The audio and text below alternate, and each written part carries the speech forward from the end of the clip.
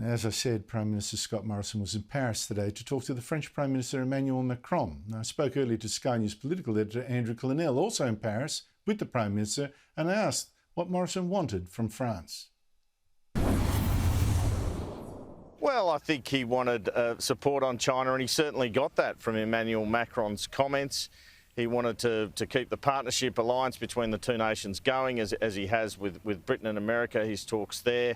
He wanted that face-to-face contact to know France and other nations has Australia's back when it comes to economic coercion and these sorts of things. And I was aware, though I'm not aware of any of the detail of the conversation, that he was going to raise the cost of the submarine project, put at 90 billion at the moment, and attempt to put some pressure on, I guess, in terms of getting the French government to help with ensuring costs don't blow out unnecessarily.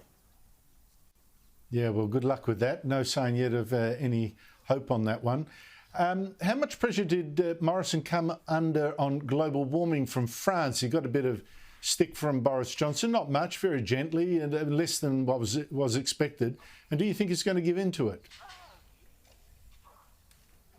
Yeah, I think it is less than what's expected, and certainly in his remarks to the press, there was nothing on that from Emmanuel Macron, other than we're both working with hydrogen, that sort of thing, and that's what the countries have been saying, that they want to get involved in partnerships with Scott Morrison on technology. Frankly, Andrew, they're being polite.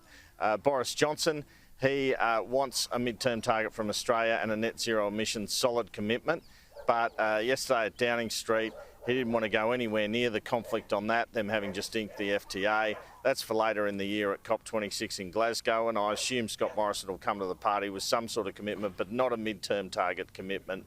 And he was sympathetic to Australia's situation, Boris Johnson really, saying we had a big resources sector, and he thought Scott Morrison had made some good commitments so far. Well, that probably explains why there's been weeping and wailing at the ABC about the failure to give Morrison a lot of curry, but I'm happy. It seems to me that that sort of issue, global warming, has been subsumed by what the leaders seem to think is a far greater and more urgent threat, and I think correctly, China.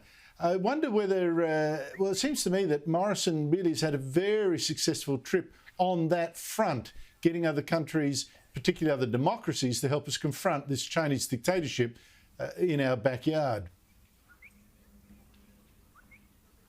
Yeah, I think that's right. I guess it becomes a chicken or the egg question. How much of it is Scott Morrison wanting them to do that? How much is Boris Johnson and Joe Biden just wanting to do that, particularly Biden? But it certainly meets Australia's view of things. And I guess we know these countries and their intelligence services talk all the time. So for that reason, it was interesting to see in public how strong all their views were on it, and that they do all see China as a bit of concern, whether it be through the area of cybersecurity, economic coercion, Hong Kong, the Uyghur people. They really wanted a show of strength of liberal democracies, if you like, in the G7 summit and all subsequent meetings, and all of them were rich in their support of Australia on the issue.